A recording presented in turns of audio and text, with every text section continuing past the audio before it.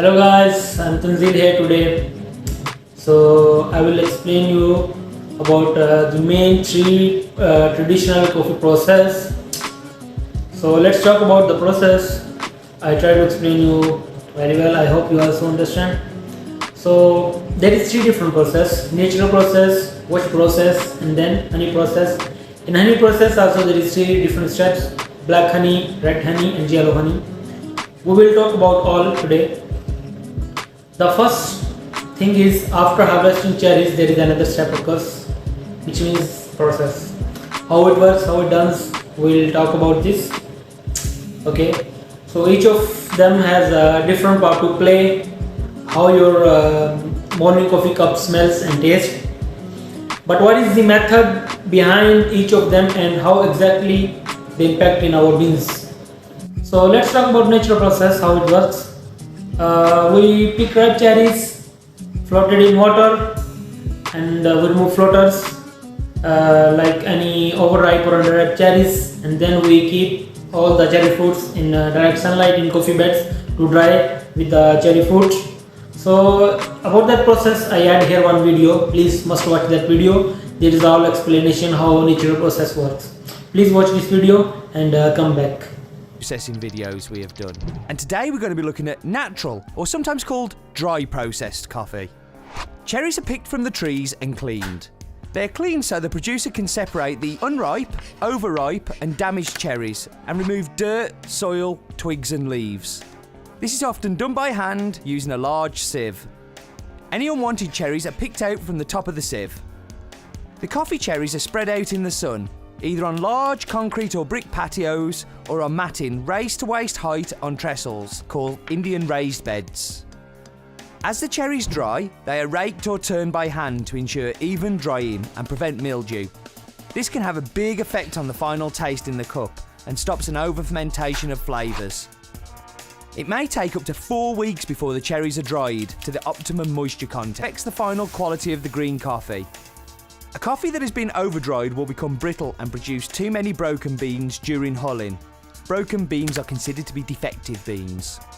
Coffee that has not been dried sufficiently will be too moist and prone to rapid deterioration caused from attack of fungi or bacteria. The dried cherries are then sent to the mill. This is sometimes done on the farms, where hulling, sorting, grading and bagging can take place. All the outer layers of the dried cherry is removed in one step by the hulling machine. The dry method is used for about 90% of Arabica coffee produced in Brazil, and most of the coffees produced in Ethiopia and Indonesia. Almost all Robustas are processed by this method. It is not practical in very rainy regions where the humidity of the atmosphere is too wet or where it rains frequently during the harvesting. Welcome back guys. So I hope you enjoy the video and you know how natural process works. So now I want you to know how natural process tastes like. So this process generally has more diverse taste profiles, like you say, heavy body, stronger, more syrupy, sweeter and fruity taste. Somehow there is so spices. This kind of taste you will get in natural process. So guys, the first process we explain from cherry to green bean storage, how natural process works. So let's talk about now the wash process. What is wash process? How it works? So now I will explain about the wash process, guys.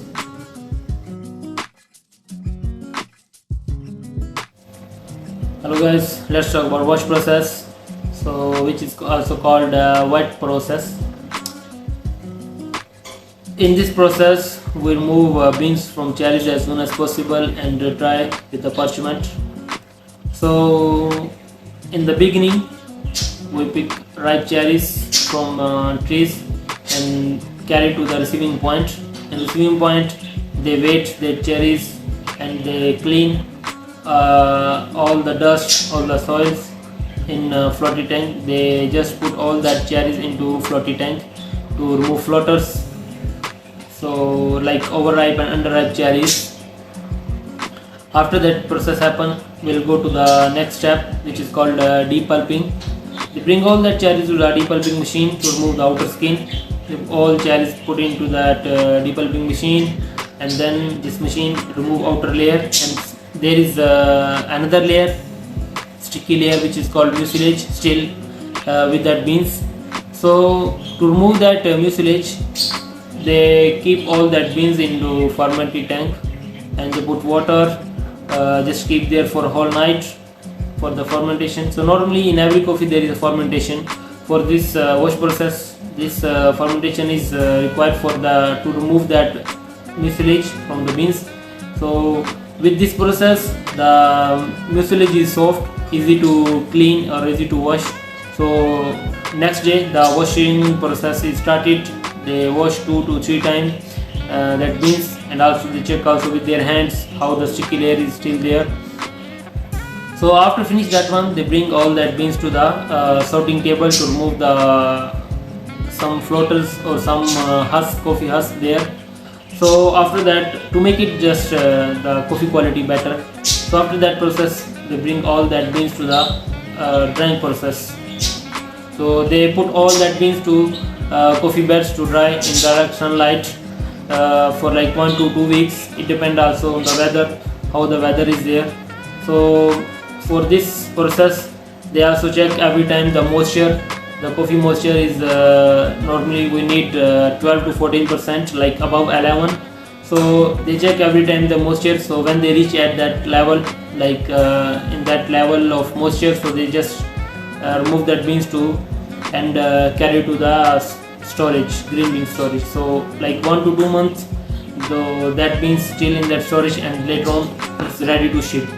So I hope so you enjoy our video, so and you understand also very well about the wash process. So about wash process, guys, I will add here one small video so you will understand better. So just watch that video. So I hope so you enjoy that video also. Thank you. Series of coffee processing videos. Today we're going to be looking at washed coffee. Cherries are collected and put into floating water to sort the ripes and unripes. Unripe or bad coffee will float to the top. They are fed into the depulping machine, where the outer part of the cherry is removed and the seed comes out and is moved by water. The water and coffee moves along channels into a large water tank. Any coffee that floats at this stage will be removed.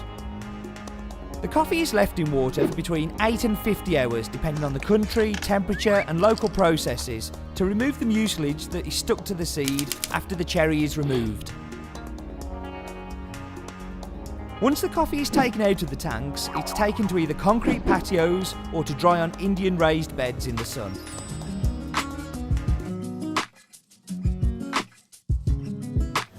Hello guys, let's talk about honey process. In honey process, there is also 3 different process: black honey, red honey and yellow honey. So there is 3 different honey process also. So normally honey process is between wash and natural. So let's talk about in honey process. Same thing, we pick ripe cherries, carry to the floater tank, we remove floaters, and then next step to the depulping machine, we remove depulp, we remove outer layer with that depulping machine. So in that case, in wash process, we remove also mucilage. So there is also one sticky layer with the beans, we remove this one in wash process. But honey process, we are not going to wash that mucilage. We just bring that beans to direct sunlight to dry it. So it depends also the mucilage contact with our beans, like how many percent. Like red honey, there is almost 75 to 80% mucilage. In red honey, there is 50%. In yellow honey, there is like 25 to 30%. So guys, after that depulping, we carry all that beans to the coffee beds to dry in direct sunlight. It almost take for yellow honey like 1 week to 2 weeks. For the red honey, like 2 to 3 weeks, and for the black honey, like almost 4 weeks. So after they reach that moisture level, like above 11% or 12 to 14% moisture content, moisture percentage, so then they just remove that beans to storage, green bean storage, and just keep there for the 1 to 2 months, and later on the beans is ready to ship, guys. So I hope so you enjoy my video also. So please must watch that video. I edit in the all 3 process. So we done already natural process, we done wash process, we done honey process.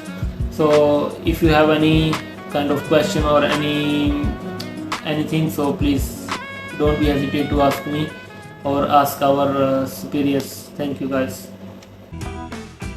Just as in the washed process, coffee cherries first need to be picked ripe and sorted to make sure that only the best cherries are included in production. Also identical to the washed process is the fact that the coffee needs to be depulped as soon as possible after picking, usually between 8 and 12 hours. There are several variations of honey coffee that are commonly found in Costa Rica and elsewhere, and they're typically described with reference to color. You'll often find yellow, red, and black honeys from different mills, for instance. The cherry skin is removed by a depulping machine, but 100% of the mucilage is left on the seeds.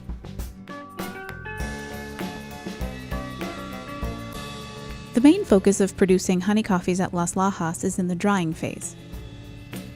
Coffees at this mill are taken directly from the depulper to the drying area. Depending on the weather that day and on what Oscar and Francisca Chacon decide is best for that lot, the seeds in their mucilage will be set out to dry in one of several different ways. For yellow honeys, as seen here, coffee is moved onto tarp-covered patios under full sun, where it's raked into a thin layer for fast, even drying. For something more fruity and fermented tasting, such as a red or a black honey, the coffee is piled in the greenhouse for certain amounts of time before being agitated, rotated, aerated, and raked out by mill staff. During the drying time, the coffee is fermenting and developing the characteristics that are unique to each honey profile. Drying time depends on both the weather and the individual style of honey process being applied, but it usually takes between 2 to 3 weeks for the coffee to reach about 11% moisture. Use yellow, red, and black honeys with coffees from their different farms. Each honey style has a slightly different profile. Yellow tends to be the most mild in terms of fruitiness, most closely resembling a washed coffee. Red honey tends to have bigger fruit flavors and sweetness, as well as a noticeably more syrupy body. Black honeys express more winey, boozy, or jammy characteristics with a creamy body, almost like a lighter version of a natural.